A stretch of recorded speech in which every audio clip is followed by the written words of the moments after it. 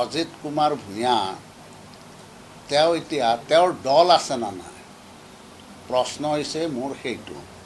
কাৰণ তেওঁ কংগ্ৰেছ আৰু AIDF-ৰ অক্সিজেনতহে জীয়াই আছে।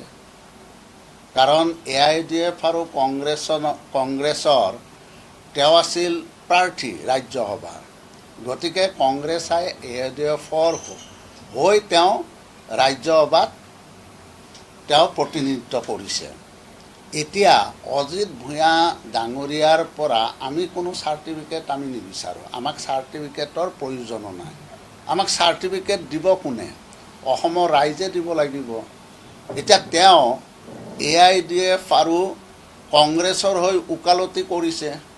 গতিকে তেওঁলোকৰ হৈ ওকালতি কৰিব লাগিলে এইখিনি কথা নক'লে তেওঁৰ অস্তিত্ব থাকে ক'ত? গতিকে তেওঁ তেনেধৰণে কথা ক'বই। গতিকে অজিত ভূঞাৰ তেনেধৰণৰ উক্তিয়ে যে আমাক কিবা মানে অনিষ্ট কৰিব সেই কথাটো মই ভাবা নাই। AIDF-ৰ এগেইনষ্টত কৈছে কেতিয়া?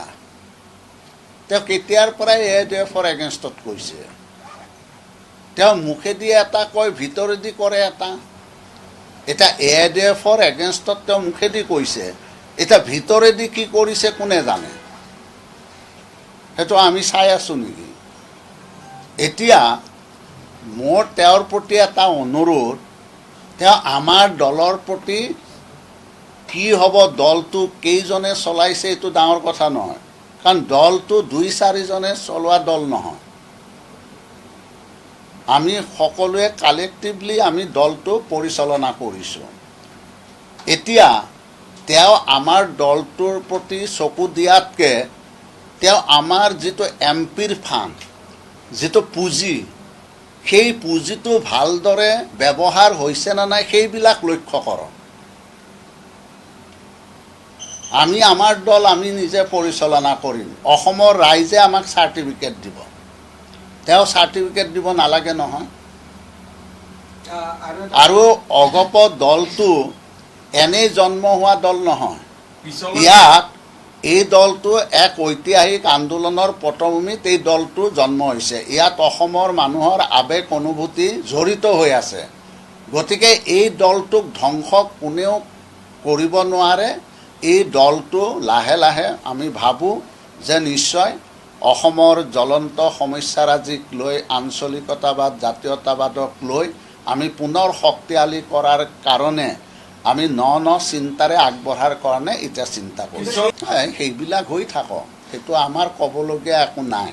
কিন্তু ইতিমধ্যে অসম জাতীয় পৰিষদৰ সভাপতি লুৰিণজ্যোতি গগৈয়ে ইতিমধ্যেতো এইটো নস্যাৎ কৰিছে যে নহয়, আঞ্চলিক দলবিলাক ঐক্যবদ্ধ হ'ব লাগে। তেনেধৰণে তেওঁ যিখিনি তেওঁলোকৰ বিৰোধীত থকা আঞ্চলিক দল, সেই দলখিনিক লৈ আগবাঢ়িব বিচাৰিছে। আৰু যদি ৰাইজৰ দল আৰু অসম জাতীয় পৰিষদ যদি দুয়োটা দল একত্ৰীকৰণো হয়, আমাৰ ক'বলগীয়া একো নাই। হওক, আমাৰ কেনেকৈ ক্ষতি হ'ব?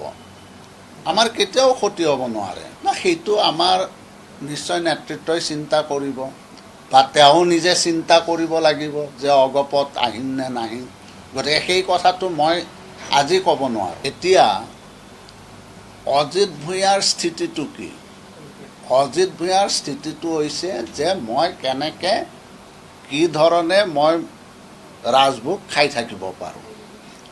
গতিকে তেওঁ নিজক লৈহে ব্যস্ত, ৰাইজক লৈ তেওঁ ব্যস্ত নহয়।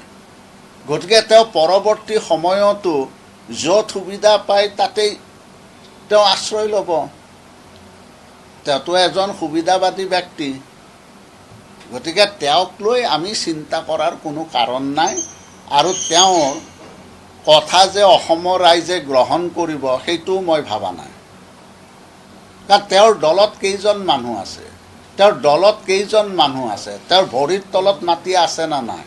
ভৰিৰ তলত মাটি ৰাখি তেওঁ কথা ক'লে বেলেগ কথা। তেওঁতো ভৰিৰ তলতো মাটি নাই। এতিয়া তেওঁ MP হ'ল কেনেকৈ?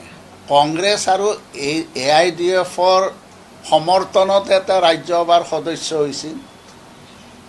গতিকে ৰাজ্যসভাৰ সদস্য যিহেতু AIDFৰ সমৰ্থনতো হৈছিল, গতিকে AIDF তেওঁক এতিয়া কি কৰিলে সেইটো মই কোৱাৰ প্ৰয়োজন নাই।